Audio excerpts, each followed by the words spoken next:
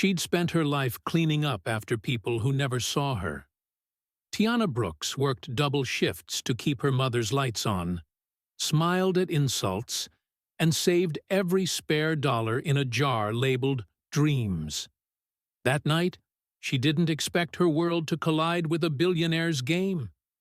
Richard Vale, 52, surrounded by men who thought generosity was a form of entertainment, called her over. With a smirk, he laid down 4 black credit cards, symbols of unlimited power, and said, "Let's see what a good heart buys when it has no limits." The room erupted in laughter, but Tiana only heard the echo of every time she'd been told she wasn't enough. Her fingers trembled, her throat tightened. This wasn't a gift. It was a test disguised as kindness. Yet in that moment, something inside her hardened.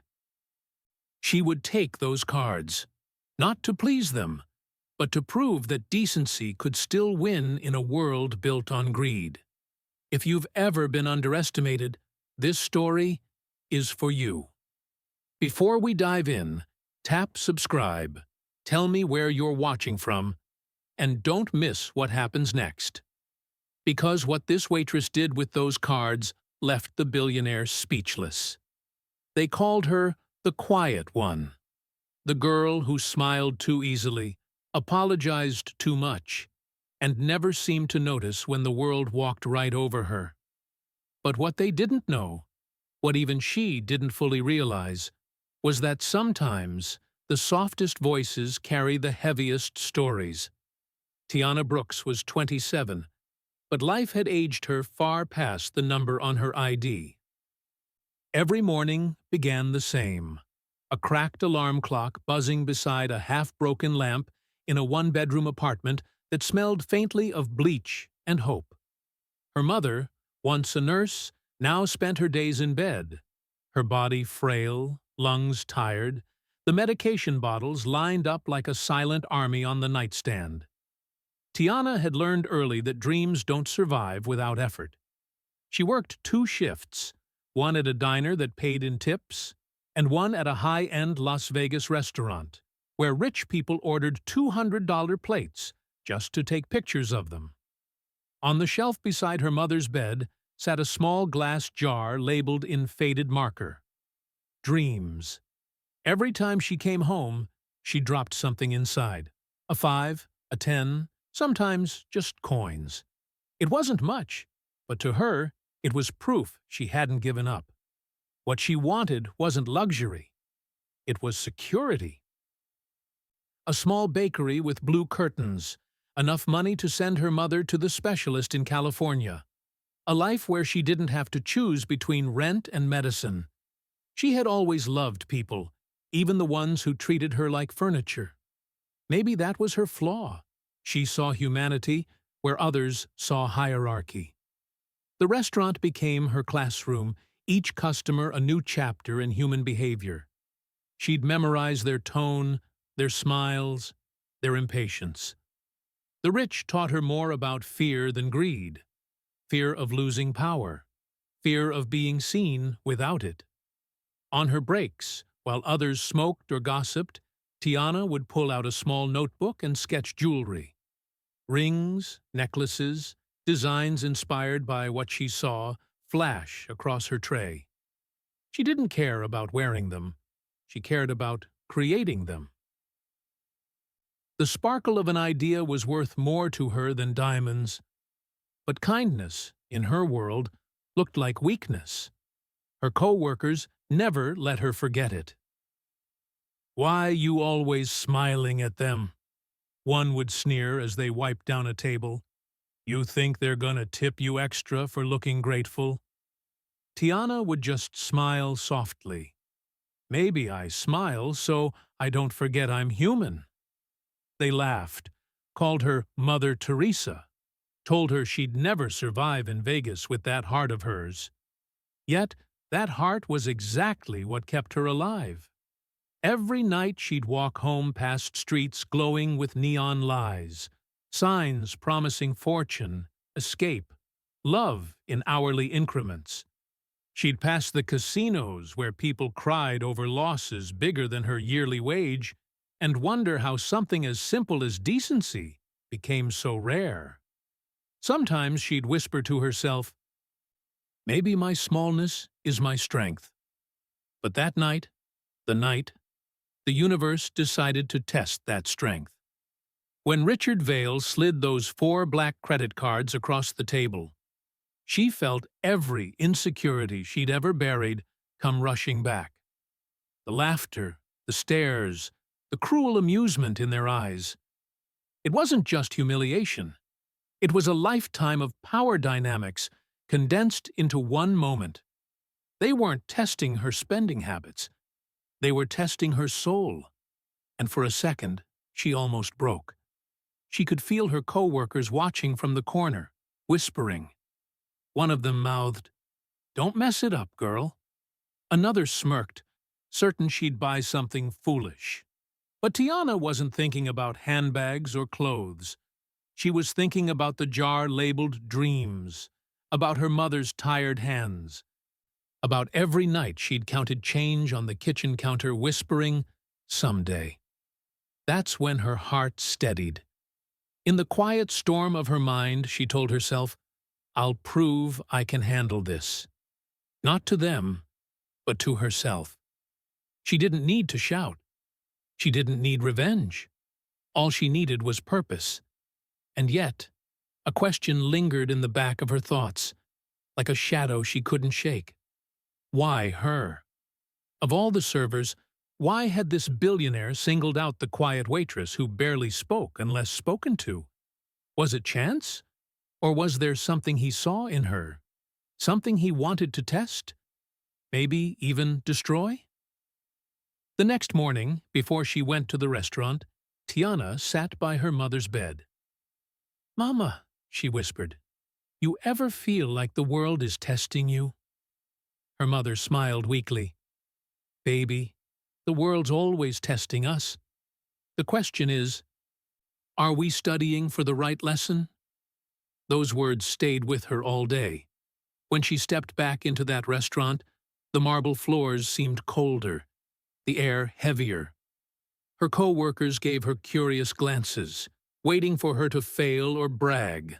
The kitchen buzzed with rumors. Some said she'd spent the billionaire's money on herself already. Others said she'd refused it. But no one knew that inside her apron pocket were 4 cards capable of buying everything she'd ever dreamed of, and that she hadn't touched a single one. Not yet. Because Tiana Brooks wasn't a fool. She understood games. She'd seen how men like Richard Vale operated. They gave gifts with invisible strings attached. What they really wanted was to see you tangle yourself in those strings and then call it human nature. But Tiana's nature was different. She didn't crave status. She craved meaning. As she served tables that afternoon, she noticed something strange. Richard Vale was back, sitting alone this time, watching her. His expression unreadable, his gaze steady. Every time their eyes met, she felt like he was studying her reaction, like she was a puzzle he couldn't quite solve. She didn't know it yet, but his test wasn't random. He had chosen her for a reason, one that had nothing to do with service or luck. Behind those cold eyes was a man searching for proof that goodness still existed in a world he'd long stopped believing in. But Tiana didn't care what he was searching for. She had her own quiet mission, to walk through the storm without losing her grace. That night, as she placed another crumpled bill into the dreams jar, she whispered, "I'll make this mean something." The city outside roared with greed and glitter, but inside that dim apartment, hope was still alive. Fragile, soft, unbreakable. People often mistake humility for helplessness, but humility is simply strength without a weapon. And Tiana's strength was about to be tested in ways she could never imagine. Because when the powerful play games, they expect you to break. They never expect you to win. And as she drifted to sleep that night, the same question kept echoing through her mind. Why me? She didn't have the answer yet. But soon, very soon, the world would find out that even the smallest person, when pushed to the edge, can change the definition of power itself. Power doesn't just corrupt, it entertains. And for men like Richard Vail, entertainment had long become a weapon. He wasn't the loud billionaire you saw on magazine covers or red carpets. Richard was the kind who watched from the shadows, the kind who controlled people without ever raising his voice. His empire wasn't built on steel or oil. It was built on psychology, on understanding how far a person would go when they thought no one was watching. He believed everyone had a breaking point, and he'd made a fortune finding it. His research companies ran behavioral tests disguised as business ventures, charity programs that were really social experiments, and negotiations that were, in truth, psychological traps. But that night, Richard's laboratory wasn't a boardroom. It was a restaurant. His test subject wasn't a CEO or a politician. It was a waitress with trembling hands and a jar labeled Dreams. As the night deepened, his circle of billionaire friends gathered around him like wolves scenting blood. There was Mark Harlan, who owned half the casinos on the Strip, and Gregory Flint, whose private jet was rumored to have a built-in piano. Their laughter could drown out a symphony. Richard leaned back, swirling his drink with an ease that only came from decades of power. "So," Gregory grinned, "what's tonight's experiment? Who's the target?" Richard smiled faintly. "No target, just curiosity. Let's see what happens when someone with nothing is given everything." Mark laughed. "You mean the waitress? The shy one?" "Exactly," Richard replied. 4 black cards.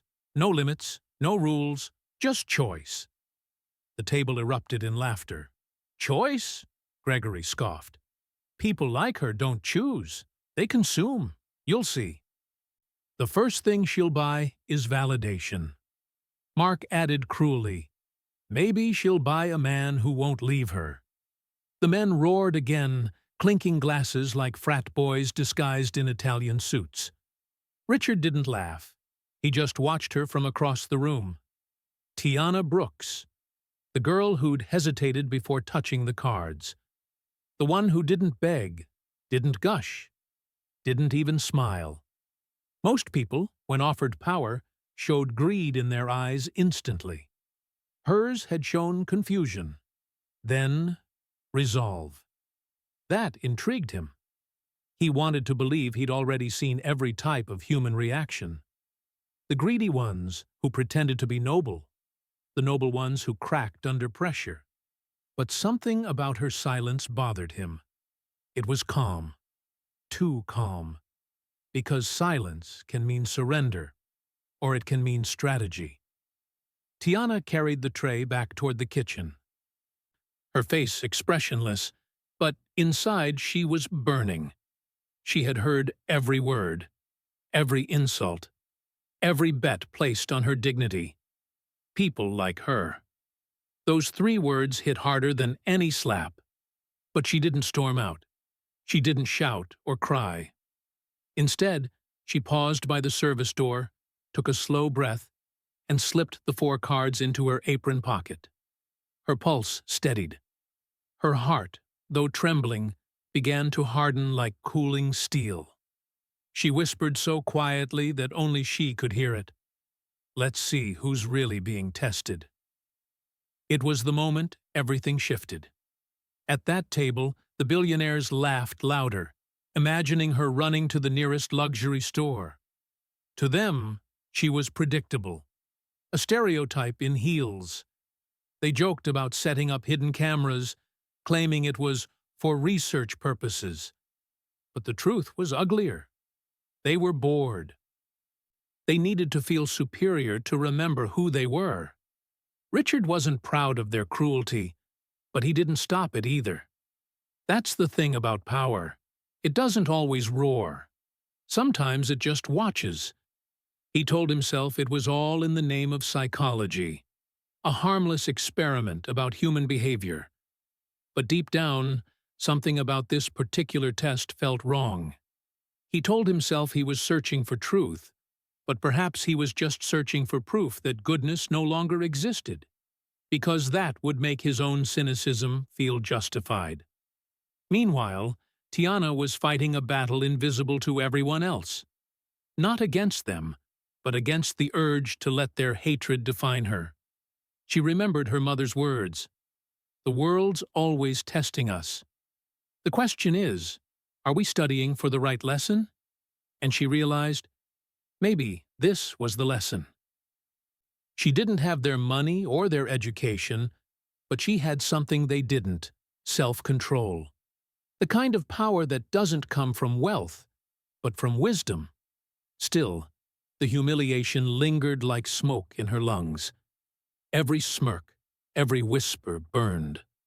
But she turned that fire inward, not to destroy herself, but to forge herself. Richard watched as she disappeared from sight. He leaned forward, his curiosity quietly sharpening. "Gentlemen," he said, "let's make it interesting. 100,000 each. Predict what she buys first." Gregory laughed.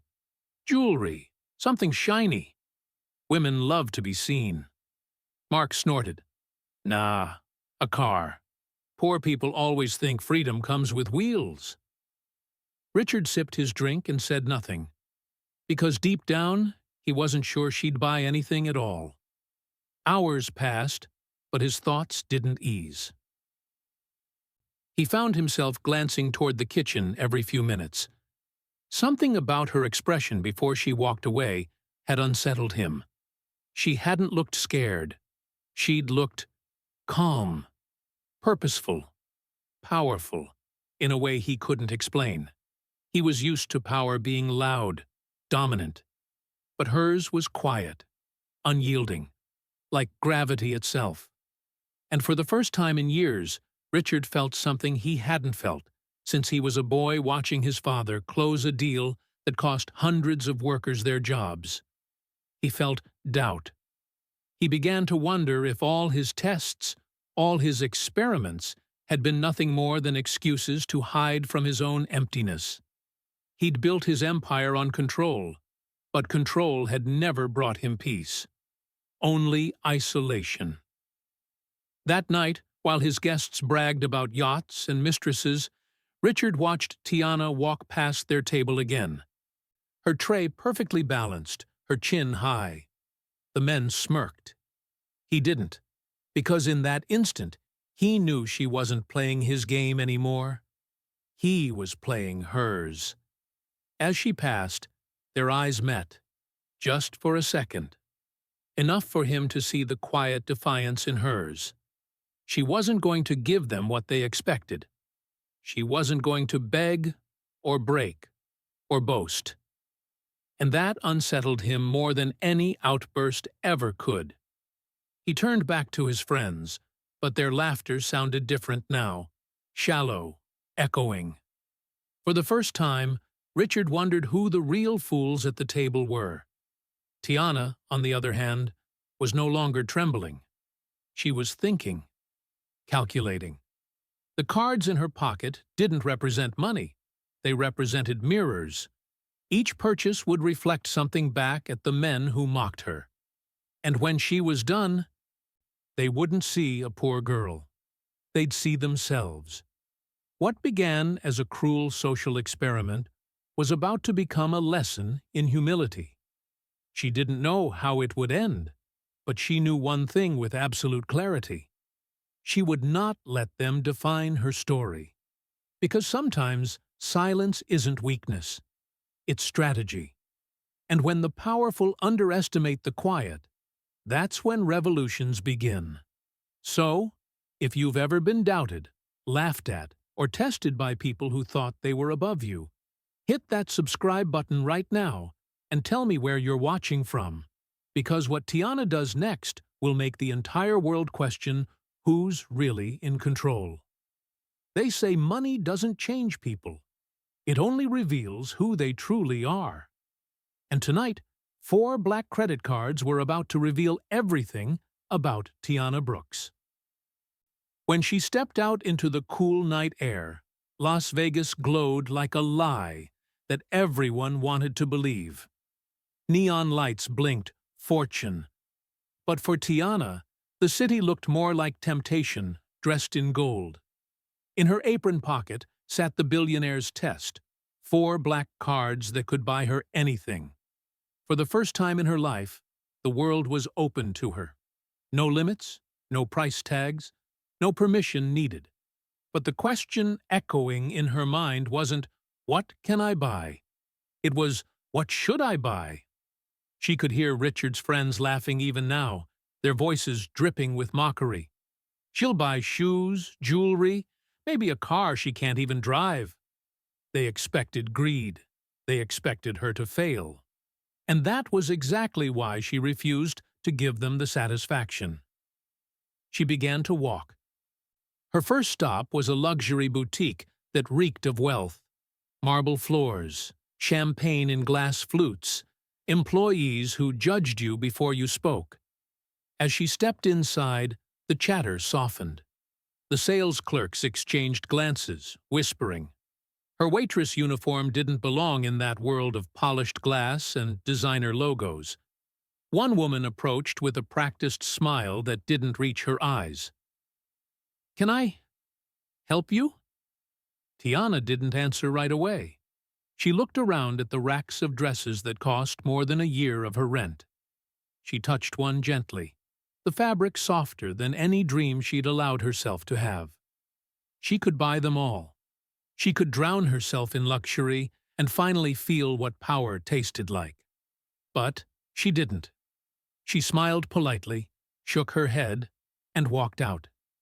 Behind her, the clerks rolled their eyes, unaware that cameras, Richard's hidden cameras, were capturing every second.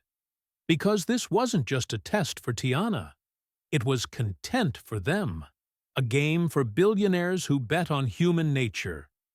Her next stop was a quiet corner store, tucked between a pawn shop and a dry cleaner.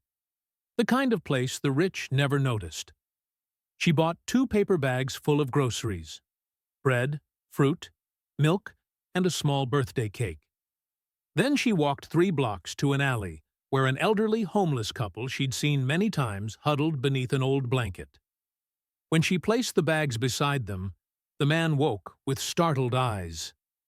"Miss, you don't gotta—" She smiled softly. "Just eat while it's still warm. No cameras there, no audience, no glory, just kindness in its purest form." But Richard's team was watching. The live feed flickered across his laptop screen. His friends leaned closer, puzzled. "Groceries," one of them muttered. "What is she doing?" Richard didn't answer. For the first time, he wasn't sure. Tiana's journey continued. She visited a small medical shop near the hospital district, a place she only knew because she once delivered food there during her night shift. She remembered a little boy who came in with his mother every week. The boy had lost his arm in an accident. She remembered the way he'd tried to draw using his other hand, smiling through the pain. She asked the clerk, "How much for the prosthetic arm that was ordered for a child named Mason Green?" The man behind the counter blinked. "That model's expensive. His family's still saving for it." Tiana handed him one of the cards. "Consider it paid." He stared, speechless. "Miss, who are you?" "No one important," she replied. "Just someone who's been tested." The moment she walked away, her hands shook, not from guilt, but from the weight of power used right. For the first time in her life, she realized money wasn't evil. It was simply a tool. The danger lay in the hands that held it.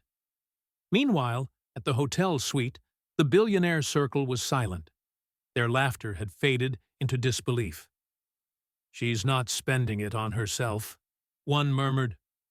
Richard leaned forward, eyes narrowing. Something unfamiliar stirred in him. Admiration, or maybe shame. Tiana's next visit was to a run-down apartment complex near the edge of the city, the kind of place where dreams came to die quietly. Inside, she found 3 of her co-workers from the restaurant, women who'd mocked her, teased her for being too good. They were behind on rent, the landlord threatening eviction. She slipped envelopes under their doors, each containing a note that simply read, "Paid in full. Start again." No signature, no explanation, just grace. As she walked away, she whispered to herself, "Not for them, for the person I promised I'd be." By now, her steps were lighter, but her mind heavier. She still hadn't bought anything for herself, and part of her wondered, was that humility or fear? Did she believe she didn't deserve anything nice? Her reflection in a store window caught her attention. A small boutique, independent, not one of the big chains. In the window was a simple black dress, elegant but modest, not flashy, not loud, just beautiful. She stepped inside. The store owner, an older woman with kind eyes, greeted her warmly. No judgment, just human warmth. "This one," Tiana said quietly, pointing to the dress. The woman smiled. "That one's special, handmade by my daughter before she left for college." Tiana ran her fingers along the fabric. "It feels like strength." She bought it without hesitation. For herself, yes, but not as indulgence, as armor. A reminder that she was allowed to value herself, too. For the first time that night, she felt tears sting her eyes. But the night wasn't over. There was one last stop, a small, almost hidden bookstore on the corner of Maple and Ninth. The lights were dim, the shelves crowded, the air thick with the scent of old paper. The bell chimed as she entered. The owner looked up. "We're about to close, miss." "I won't take long," she said softly. She wandered the aisles, her fingers tracing titles, philosophy, poetry, biographies. Her eyes stopped at a small leather-bound book resting on a high shelf. She reached for it, flipping through the fragile pages. Something about it felt meaningful, like it carried an answer she hadn't known she was searching for. When she brought it to the counter, she asked the owner to wrap it quietly. The camera feed from Richard's suite flickered again. "She's at a bookstore now," his assistant said, squinting. "Can't tell what she bought." Richard leaned closer. The suspense was unbearable now, not because of the money, but because for the first time in years, he didn't understand the ending of one of his own tests. When Tiana stepped back into the night, she carried no shopping bags filled with vanity, just a small paper-wrapped book under her arm, and a black dress draped neatly across her other hand. The rest of the cards lay untouched. The billionaire's experiment had failed.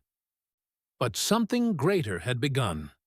The city around her glimmered with false promises, but Tiana walked through it untouched, her heart steady and her conscience clean. She had proven that temptation only has power when you let it. And miles away, in a penthouse where laughter had once mocked her name, Richard Vail sat in silence. For the first time in his career of testing others, he felt like he was the one being examined. He turned off the monitors, leaned back, and whispered to himself, "What kind of world did I build? If I have to test kindness to believe it still exists." That night, one woman's quiet choices shattered an empire's arrogance. The world didn't just see her kindness, it devoured it. Within 24 hours, the billionaire's experiment had become a global spectacle. What Richard Vail thought was a private test of character turned into a viral phenomenon that even he couldn't control. His assistant, eager to impress him and earn favor, had uploaded the hidden footage. Every frame of Tiana's quiet defiance, every humble purchase, every kind gesture to the internet. The clip was titled, "Waitress Given Unlimited Money. What She Did Will Restore Your Faith in Humanity." At first, it was just a few comments, then a few hundred, then millions. People watched the video on lunch breaks, in offices, in crowded buses, whispering her name like a prayer. She bought food for the homeless instead of herself. She paid rent for her friends. She didn't even touch luxury. This girl's heart is worth more than his entire empire. The video broke records in less than a day. 10 million views. 50 million. 100 million. Every continent was talking about the waitress of worth. Hashtags trended, real riches, Tiana Brooks, the test that backfired. News outlets picked it up. Talk shows debated it. Some called her an angel. Others said it was staged. But everyone agreed on one thing. Her actions had exposed the moral bankruptcy of the elite. Meanwhile, Richard's empire began to tremble. Not financially, but reputationally.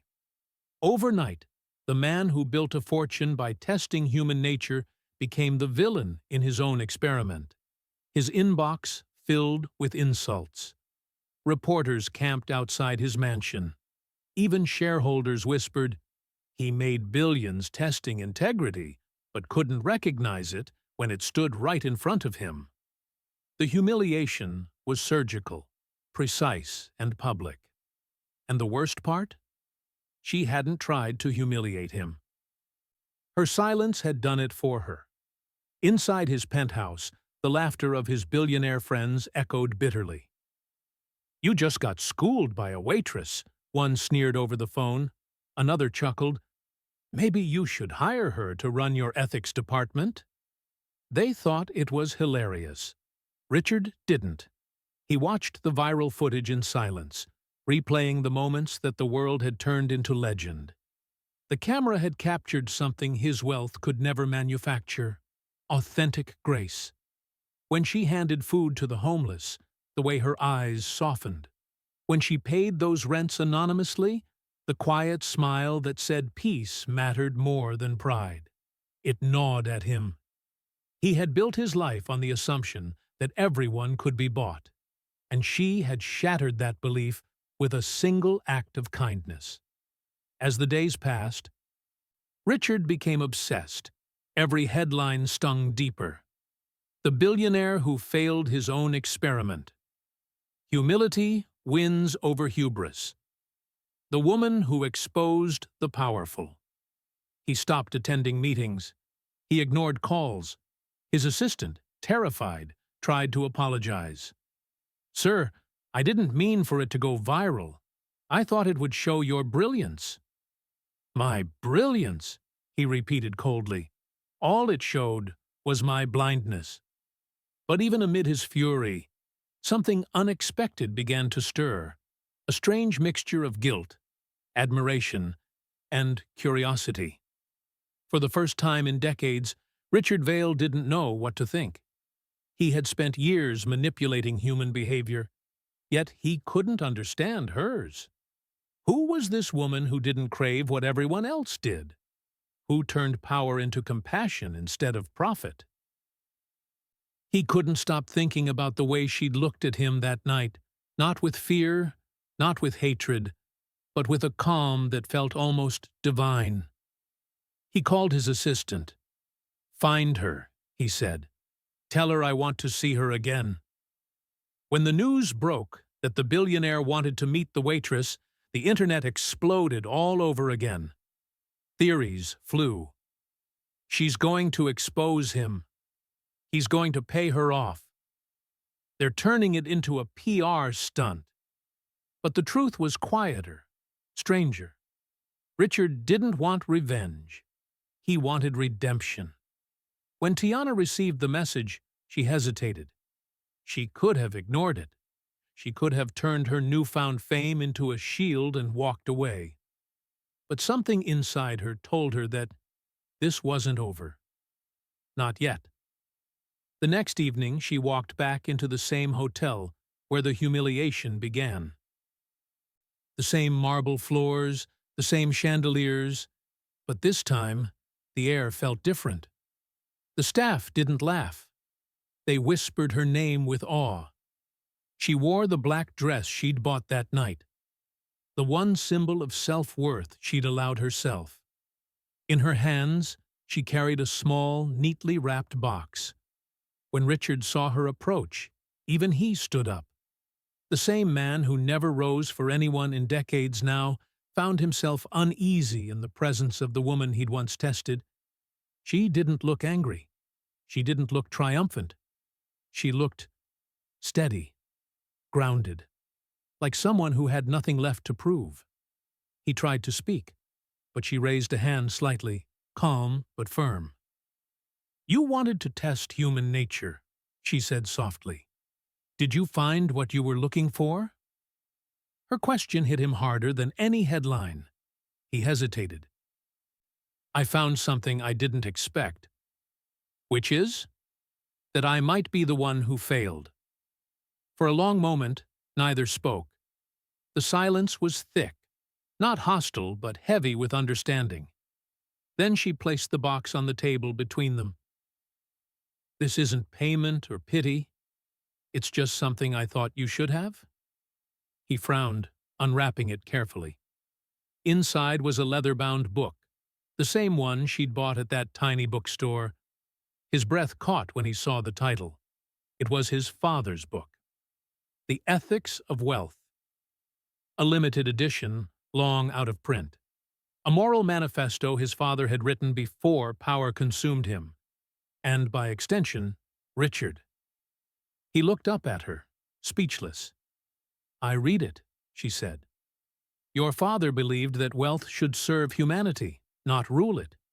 Maybe you forgot that. But I think he'd want you to remember." For a moment, the man who once thought of the world as a playground for manipulation looked small, human. His hands trembled as he turned the pages, seeing his father's handwriting again after decades.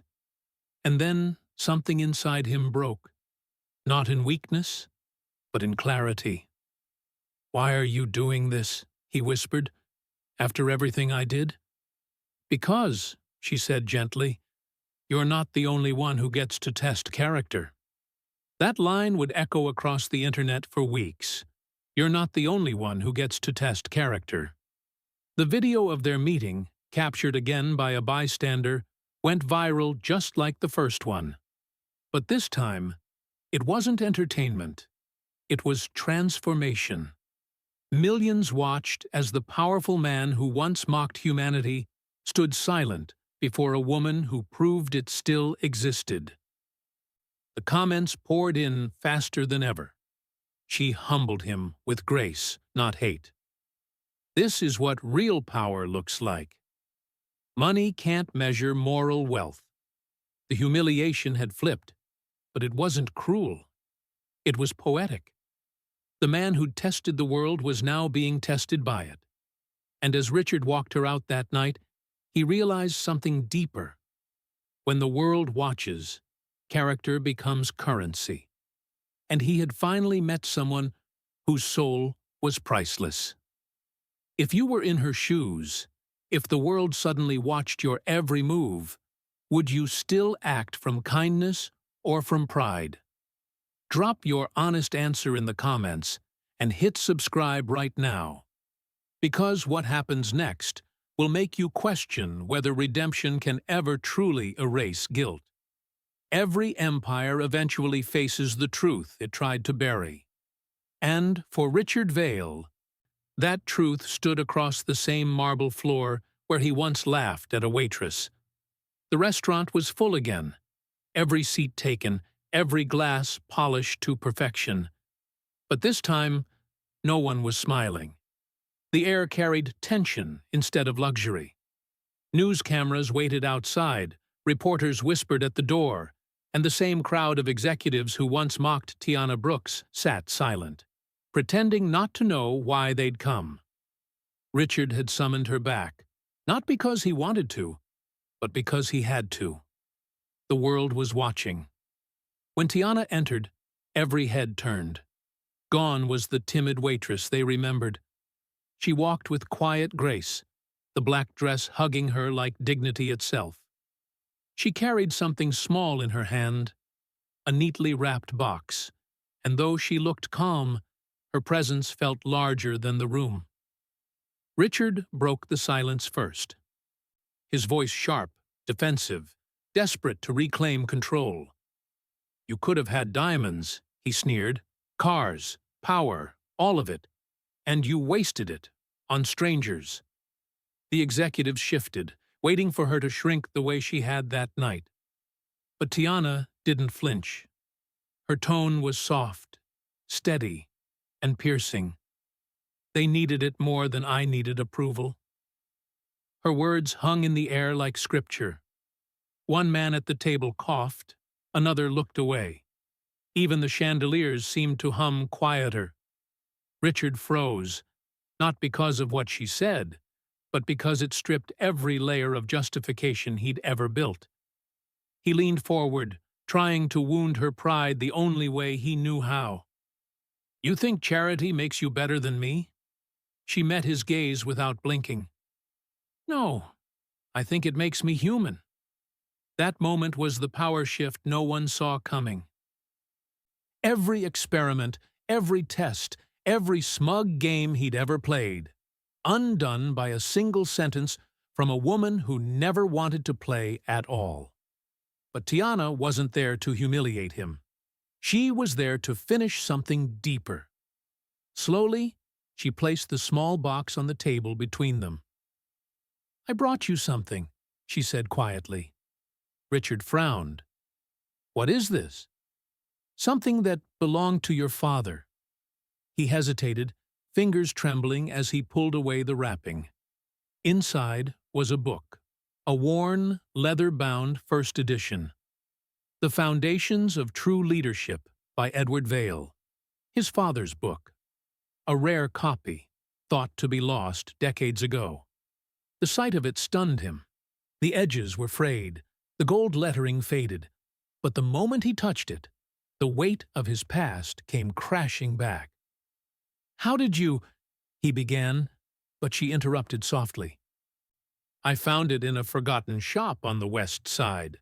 The owner said it hadn't sold in 30 years. He didn't even know who Edward Vail was." Richard's voice broke slightly. "You spent your money on this?" She nodded. "Your father believed that leadership wasn't about power. It was about purpose. He wrote that true wealth is the ability to give without expecting applause. I thought you might want to remember that." Silence. The kind that cuts deeper than anger. The men who once mocked her now sat frozen, unable to breathe. Richard's jaw clenched, his pride collapsing under the weight of his father's ghost. That book was more than a gift. It was a mirror. He flipped through the pages, his eyes catching on an underlined passage written in his father's handwriting. "The measure of a man is not what he owns, but what he honors." His hands shook. "You honored him," he whispered, "when I couldn't." For years, he'd built his empire trying to escape his father's ideals, calling them naive, outdated. But here was a woman he'd dismissed as a nobody, reviving the one truth that had built everything he'd destroyed. Around them, the room stayed silent. No one dared to interrupt. For the first time, Richard Vail, billionaire, manipulator, self-proclaimed master of human nature, looked small, not pathetic, but humbled. Tiana looked at him, not with pity, but with quiet compassion. "Your father believed in people. Somewhere along the way, you stopped." He swallowed hard. "Maybe I stopped believing because I saw too much of myself in what people became." "Then maybe," she replied gently, "you were looking at the wrong people." Her tone wasn't cruel. It was the kind of grace that left wounds clean. The crowd shifted awkwardly, guilt crawling across the faces of those who'd once laughed at her. The same men who placed bets on her dignity now found themselves studying their shoes, pretending to be invisible. Tiana didn't linger on them. Her purpose wasn't vengeance, it was restoration. She took a slow breath, glancing at the book once more. Your father's legacy wasn't about wealth. It was about wisdom. I thought maybe it's time it found its way home. Richard's throat tightened. He didn't know what to say. For years, he'd built walls around his heart, calling them boundaries. But this woman had walked right through them, with kindness as her only weapon. I don't deserve this, he muttered. She smiled faintly. Maybe not. But sometimes grace isn't about deserving. It's about understanding.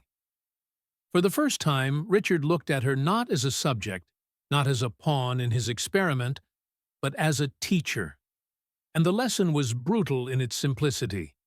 Money could buy compliance, but only humility could buy peace. Outside, reporters waited for drama, expecting another scandal. But what happened in that room wasn't explosive. It was quiet transformation. One man's arrogance crumbled. One woman's courage restored something long lost. As Richard closed the book, the room erupted in a slow, reluctant applause, not for her fame, but for the truth she'd just resurrected. Tiana didn't smile for the cameras. She didn't bask in the attention. She simply nodded, turned to leave, and paused at the door. Mr. Vale, she said softly, your tests made you rich. But they'll never make you whole. Only your choices can do that now. And then she walked away, leaving behind the echo of words that would follow him for the rest of his life. Richard stood motionless. The executives avoided his gaze, waiting for him to explode or retreat. But instead, he whispered to no one in particular. She found what I lost. My father's heart. The irony was unbearable. He had tested a waitress to prove that goodness didn't exist, and in doing so, proved that it did, just not in him. Not yet. But deep down, for the first time in years, something sparked inside him again. The faint, painful flicker of redemption. That night, every major news outlet replayed the footage. The world watched as a billionaire bowed his head before the woman he once mocked. The internet called it the moment power lost its voice. Comment sections overflowed with awe. She didn't destroy him. She healed him. She reminded the world what dignity looks like. This is what grace under fire truly means. And through all the noise, one quote trended above them all. Tiana's voice, soft yet unshakable. They needed it more than I needed approval. That line became a movement. People printed it on posters, shirts, billboards. In a world obsessed with status, she had rewritten success. As for Richard Vale, he disappeared from public view for weeks. But the world didn't forget that moment when humility met power, and won. Because every empire, no matter how tall, eventually meets the truth it can't buy. And that truth, that night, had a name. Tiana Brooks. They say every man meets himself twice in life, once in triumph and once in truth. For Richard Vale, truth had finally arrived, and it didn't knock politely. The boardroom where he once ruled like a god now felt smaller, quieter. The same men who once laughed beside him now avoided his gaze, unsure of what to do with the silence.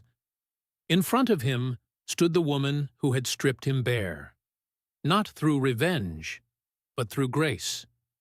He had spent his life buying control, manipulating outcomes, building empires on the weakness of others. But for the first time, he couldn't buy his way out. He could only face what he had become. Richard looked at Tiana, his voice softer than anyone had ever heard. "You reminded me who I was before money made me cruel." It was the first honest sentence he'd spoken in years. Every word trembled, breaking against the weight of decades of arrogance. He looked around the room, the polished suits, the forced smiles, the men who once cheered his cruelty, and for the first time he saw them for what they were, mirrors of himself. He stepped back from the table, eyes fixed on the floor as memories began to surface. He'd grown up in a one-bedroom apartment, raised by a mother who worked 2 jobs after his father died. The same father whose book, The Foundations of True Leadership, had once guided his childhood. Back then, Richard wanted to build something meaningful. But somewhere along the line, purpose turned into ego, and service turned into spectacle. "I forgot what it was like to care," he confessed.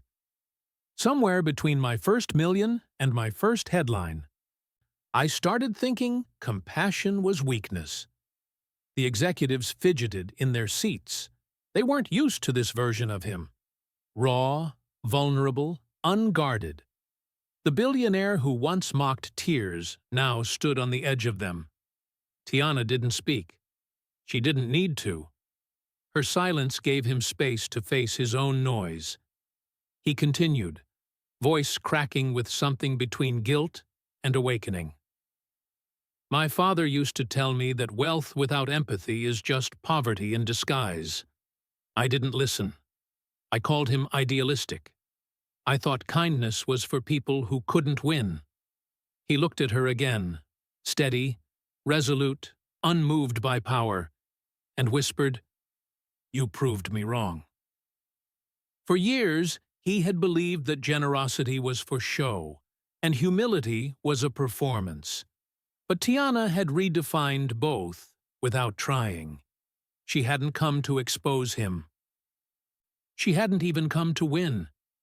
She came to give, and in doing so, revealed the emptiness of everything he'd built. The room remained silent, but the air felt electric. The kind of silence that transforms rather than punishes. Richard exhaled, long and heavy. "You didn't take the easy path. You didn't buy the world when I gave it to you. Instead, you reminded me what it means to earn it." Then, in a gesture that no one could have predicted, he turned toward the same executives who had cheered him on in his cruelty.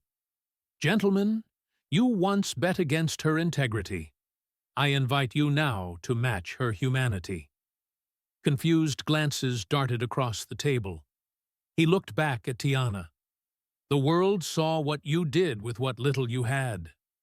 Now it's time they see what I'll do with what I have left." And with that, Richard Vail announced the impossible, a decision that would change not just his reputation, but his very legacy. He was donating $200 million, every cent he'd earned from his so-called human behavior experiments, to fund the exact causes Tiana had quietly supported: children's prosthetics, homeless rehabilitation, single mother assistance programs, rent forgiveness for service workers. The room erupted in disbelief. Executives whispered frantically, "He's lost his mind." But for the first time in his life, Richard's mind was clear. He turned to his assistant. "Draft the papers tonight. I don't want a foundation with my name on it. I want change that doesn't need my face." When the announcement hit the news, it spread faster than the first video ever had. But this time, the narrative was different. It wasn't about a billionaire's arrogance. It was about a man's redemption. Reporters who once called him soulless now said, Richard Vail rediscovered his humanity. But Richard didn't care about headlines anymore.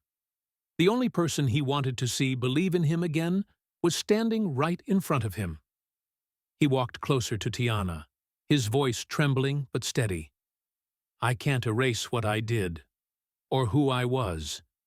but maybe I can rebuild something closer to what my father meant when he said wealth should serve, not rule. Tiana nodded, her eyes softening. That's all he ever wanted, and maybe that's all the world ever needed from you. She wasn't angry. She wasn't gloating. She was simply real.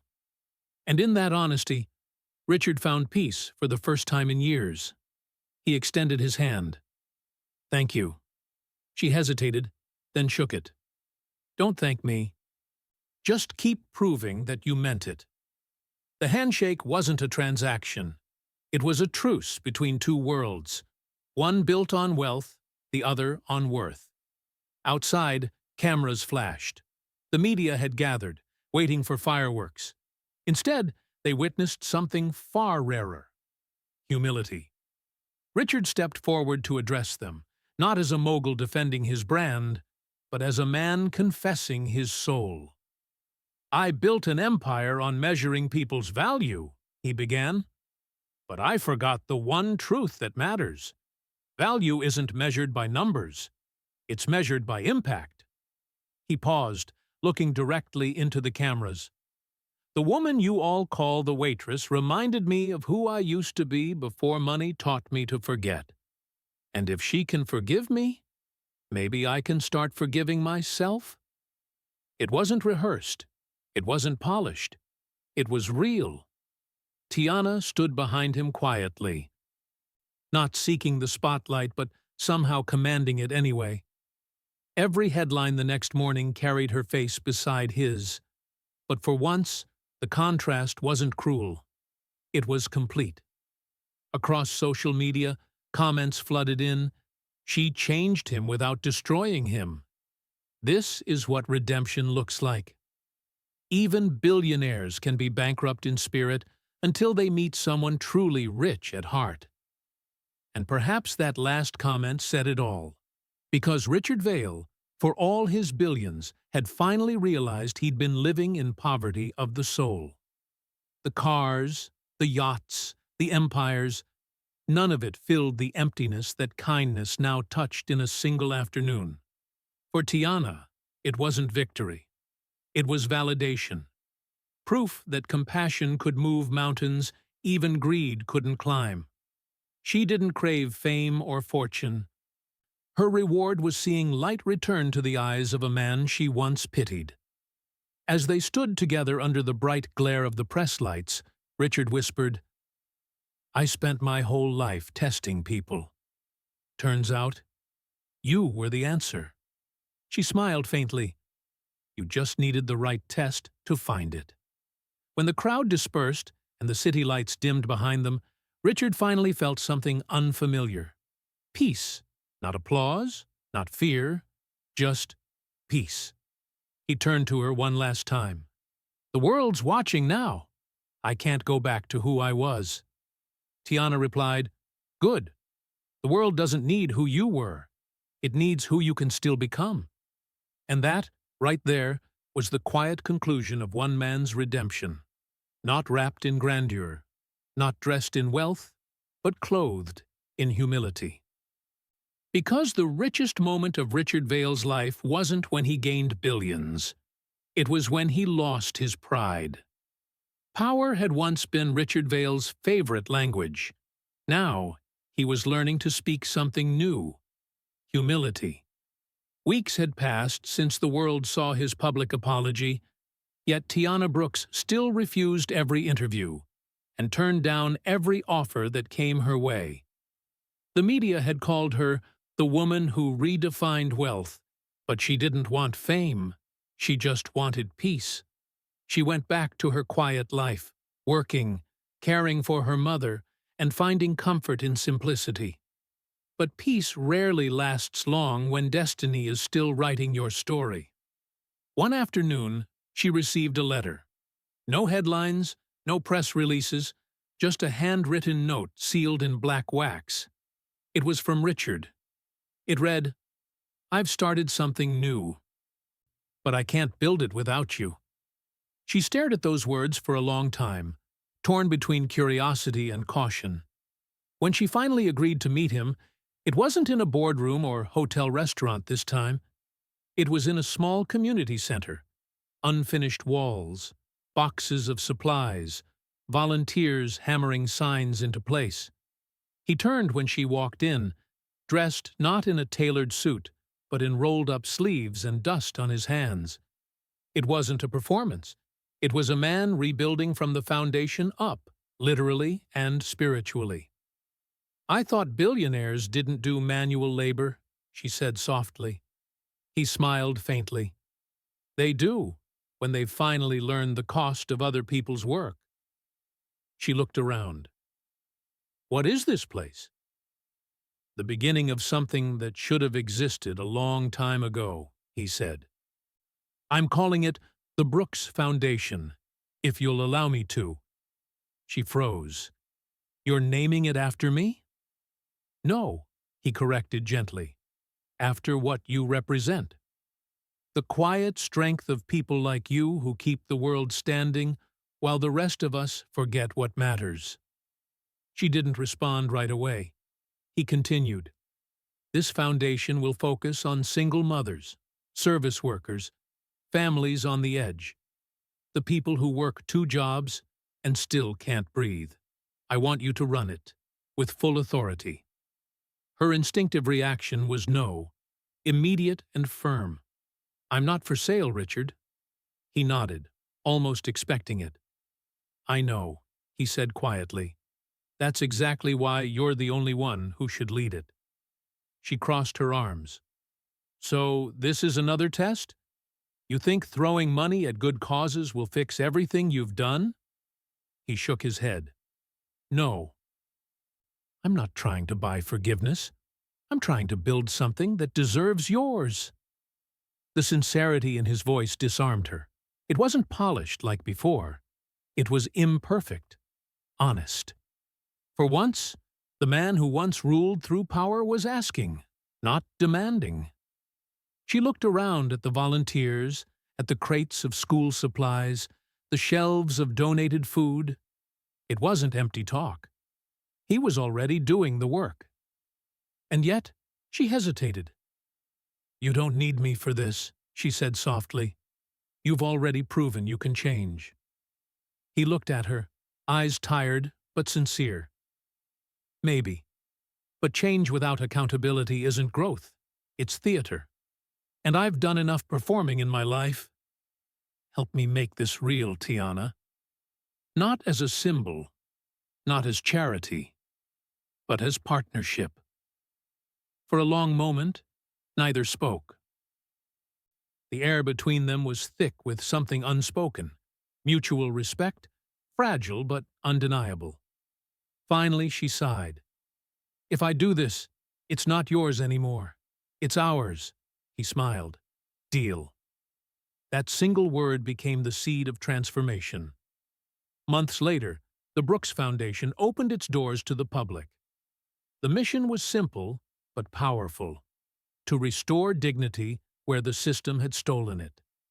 Under Tiana's leadership, the foundation grew faster than anyone predicted. They launched programs for single mothers, housing support for service workers, job training for low-income families. Every decision she made reflected the same humility that had once defied Richard's arrogance. The media tried to twist it into a redemption story for him, but it wasn't about him anymore. It was about the people. The headlines that once screamed scandal now carried hope.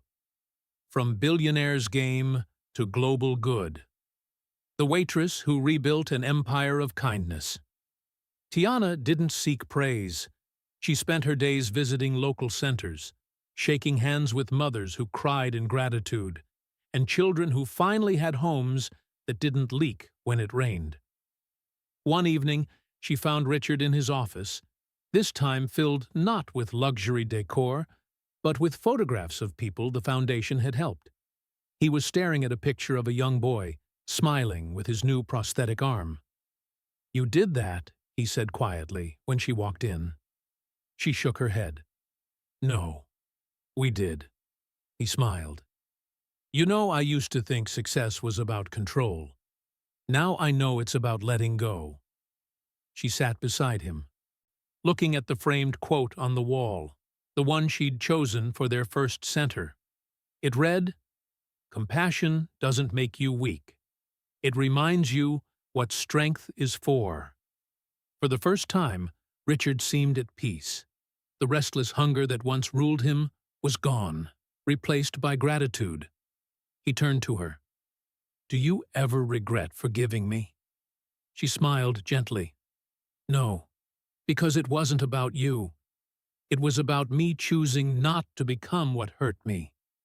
Her words hit him deeper than any sermon ever could. And then came the moment that made the world listen again. Not because of controversy this time, but because of grace. At the Foundation's first anniversary gala, Richard took the stage. The crowd expected another billionaire speech, grand, rehearsed, forgettable. But what they got was something else entirely. He began, "A year ago, I tested a waitress to see what she'd do with unlimited power. What I didn't realize was that the test was never hers. It was mine, and I failed it spectacularly." The audience was silent. Cameras flashed. He continued, "Tonight, I'm here not as a billionaire, but as a student of someone who showed me that wealth isn't measured in money. It's measured in mercy. This foundation doesn't bear my name for a reason, because the world doesn't need more men like me. It needs more people like her." He gestured toward Tiana, seated quietly in the audience. The applause that followed wasn't polite. It was thunderous, genuine, electric. And though Tiana smiled, tears welled in her eyes. Not from pride, but from realization. She hadn't just survived her test. She had transformed it into something the world could heal from. The night ended not with champagne, but with a promise. The Brooks Foundation would expand nationwide, offering grants, scholarships, and shelters for thousands of struggling workers.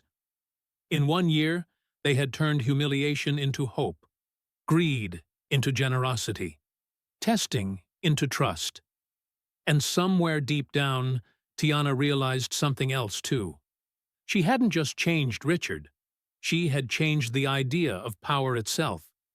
Because power in the right hands doesn't dominate. It uplifts.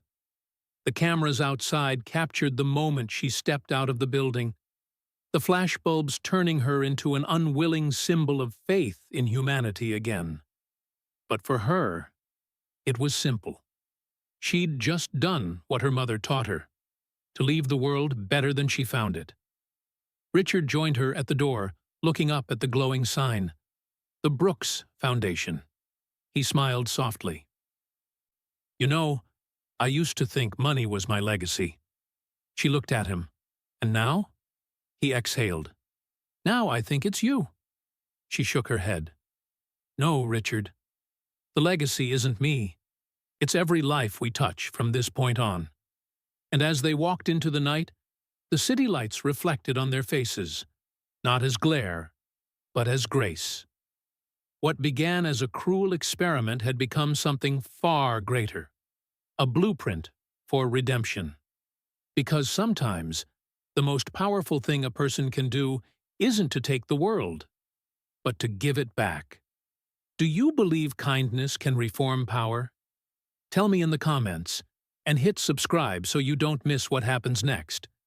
Because the final chapter will remind you that forgiveness isn't weakness, it's victory. A year can change everything, or reveal what was true all along. 12 months after the scandal that shook the billionaire world, the ballroom of the Grand Solis Hotel glimmered again. But this time, it wasn't laughter that filled the air. It was gratitude. The banners didn't carry the names of corporations or sponsors. They carried one name only, the Brooks Foundation. The world had come to witness what redemption looked like when it took human form.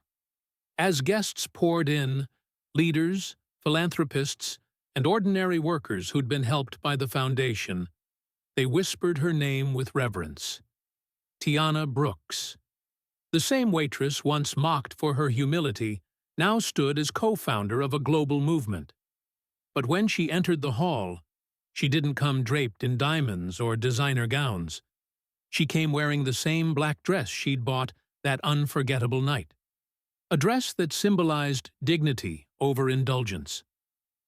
The crowd rose to their feet as she walked in, quiet awe rippling through the room.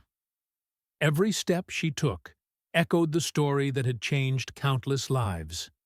At the far end of the ballroom, Richard Vail stood waiting, his expression one of peace few had ever seen on his face.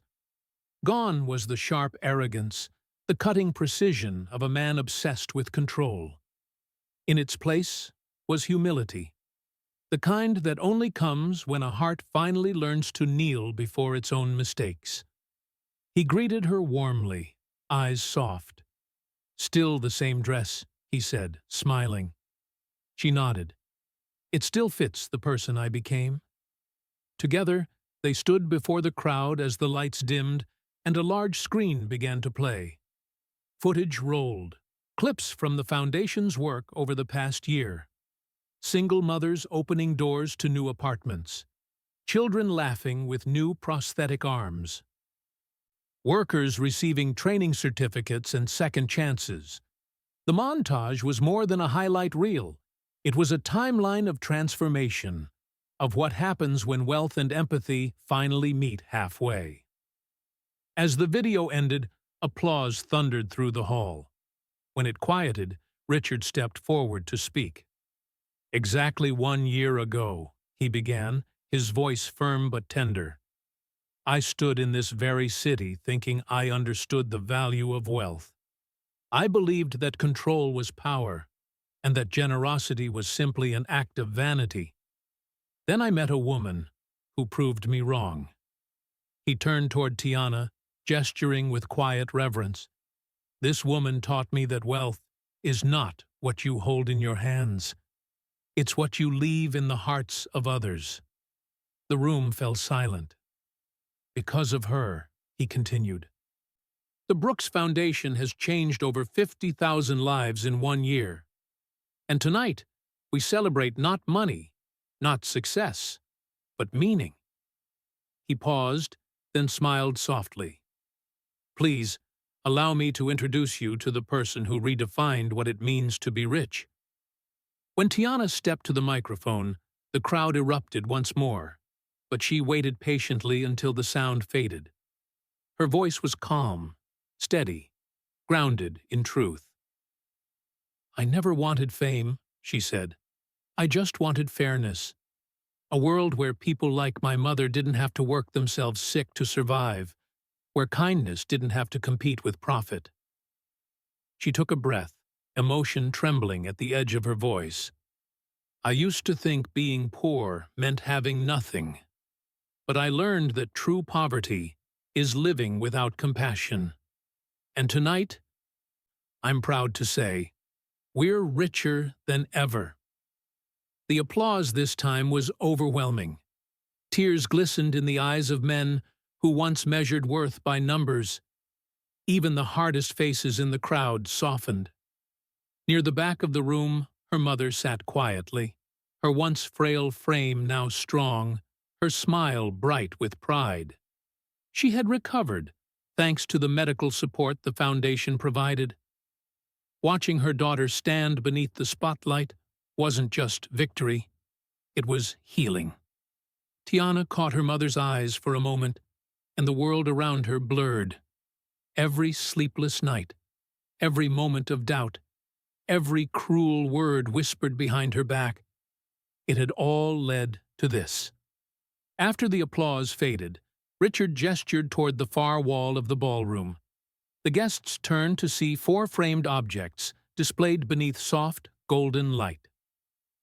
The 4 black credit cards, each card, once a symbol of arrogance and temptation, now hung side by side inside a crystal frame. Beneath them, a plaque read, "Integrity, priceless."